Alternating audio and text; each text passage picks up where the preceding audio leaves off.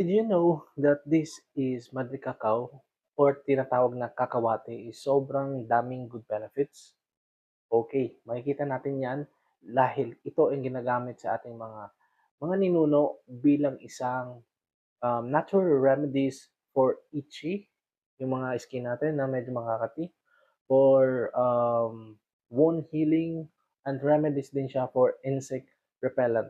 Ito din yung ginamit sa ating mga aso kung nagkakaroon sila ng rashes. Pwede siyang dikdikin, tapos yung katas ihalo natin sa shampoo ng aso natin or pwede natin idirekta yung katas sa mga skin rashes ng mga aso, pusa, or mga animals natin. Kasi sobrang nakakatulong talaga yung katas ng kakawate or madre cacao sa mga skin problems. Yan yung pinaniniwalaan ng mga ninuno natin. That's why they use also. And another thing as well, mga kakabs, is yung kakawate na ganito is pinaniniwalaang nakaka-improve din as bath for me, how do you call this one?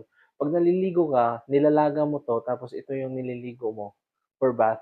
Sobrang nakakatulong siya makapag-relax ito. And another as well, for farmers, ginagamit nilang organic fertilizer ito. Sobrang daming gamit ito mga kabs. Simple na dahon, makikita lang sa backyard, pero long-term benefits. If you like this kind of content, follow us and share this video to your family and friends. Have a great day.